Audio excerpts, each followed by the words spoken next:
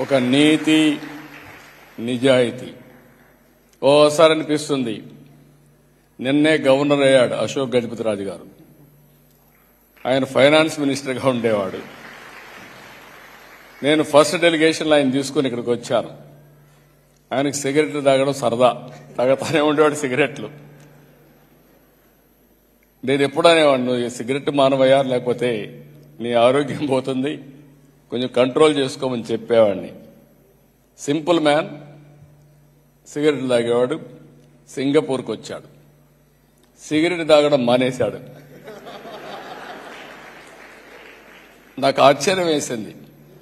ఒక వ్యసనాన్ని ఇమ్మీడియట్ గా మానేస్తారంటే ఆశ్చర్యం వేసి అడిగా, ఏంటి అశోక్, ఎక్కడ సిగరెట్ కనపడలేదు ఏంటన్నా. సార్, ఇక్కడ పొరపాటున సిగరెట్ తాగితే $500 ఫైన్ వేస్తారు. నేను తెచ్చింది $500. ఇప్పుడు $500 పోతే